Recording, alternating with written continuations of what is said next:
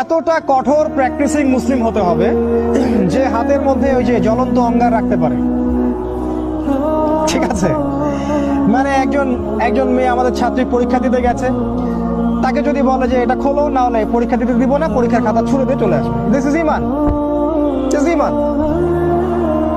একজন অনেক বড় বিসিএস ক্যাডার, তাকে বলেছেন যে এই সুদে সাইন করেন, চাকরির পেপার ছিঁড়ে মুখের উপর দিয়ে চলে আসবে। দিস ইজ ইমান। আর যদি এগুলো করতে ব্যর্থ হয়, নাম কাটা, ওই যে আগুন রাখতে পারেনি। এক কথায় আসহাবুল কাহফ যেমন ছিলেন তেমন হতে হবে। এখানে কোনো কম্প্রোমাইজ নাই, এক বিন্দু পরিমাণ ছাড় দেওয়া যাবে না।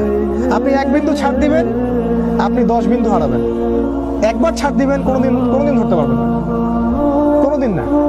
এমন জব করতে হচ্ছে যেখানে হারাম আছে, জব ছেড়ে দিয়ে আসতে, ব্যাংকিং জব, কালকেই রেজিগনেশন লেটার দিয়ে আসতে হবে, তাহলে এটা ইমানের পরিচয়।